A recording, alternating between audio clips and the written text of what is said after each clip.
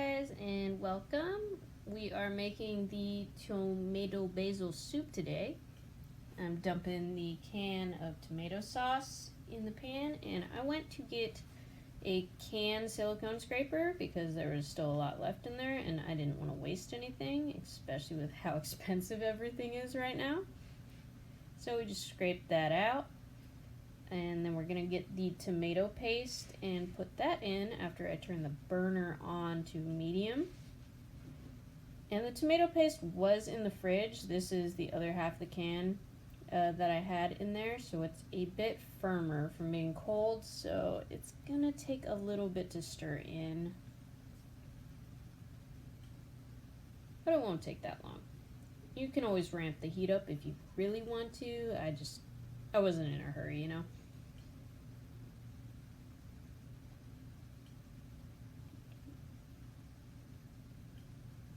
Get all nice and clumpy, stirring those clumps out.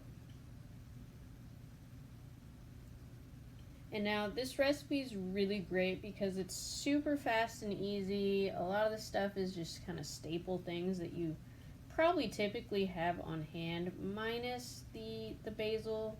That might not be something you have on hand, especially like fresh or whatnot, but easy to get. So we put garlic in. Yes, it's pre-minced. Don't come for me.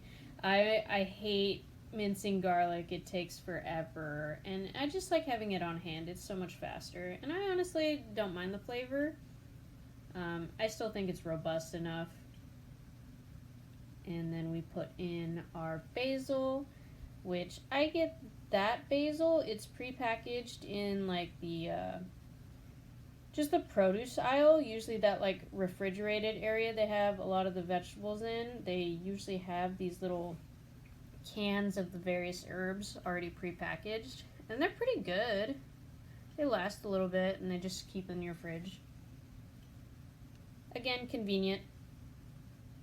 And now we're adding in the chicken stock, which I made this from the Better Than Bouillon. And I don't follow the directions on that, just so you know. I just kind of go with what I think is going to be a nice, strong flavor with the amount that I put in. I just like, strong flavors, so I went with that. And we're just incorporating it here, making sure everything's blended well, nothing gooped up anywhere. Now we're adding our whipping cream. We went with whipping cream just to make it thicker. I felt like the half and half would have been a little too runny for the soup. And we're getting all that out. Silicone utensils are amazing. That's all I have to say about that. They're great. But anyways, so we're stirring that up. I did notice that it was a little lighter of a color than I would have liked. But that's not the biggest deal. You can cut back on the cream a little bit if you want to. If that doesn't bother you, It didn't really affect the flavor. It was just the look. And now we're seasoning. Salt, some garlic powder, because we love garlic in this house. I also love peppers.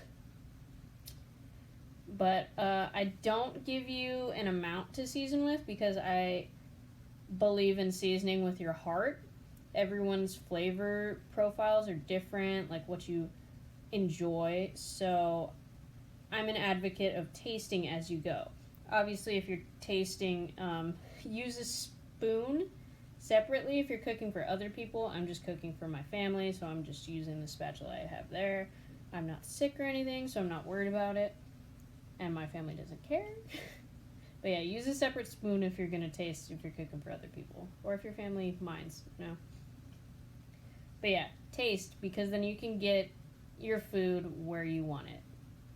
And now we're plating here, my daughter's plate. We paired it with our grilled cheese that night.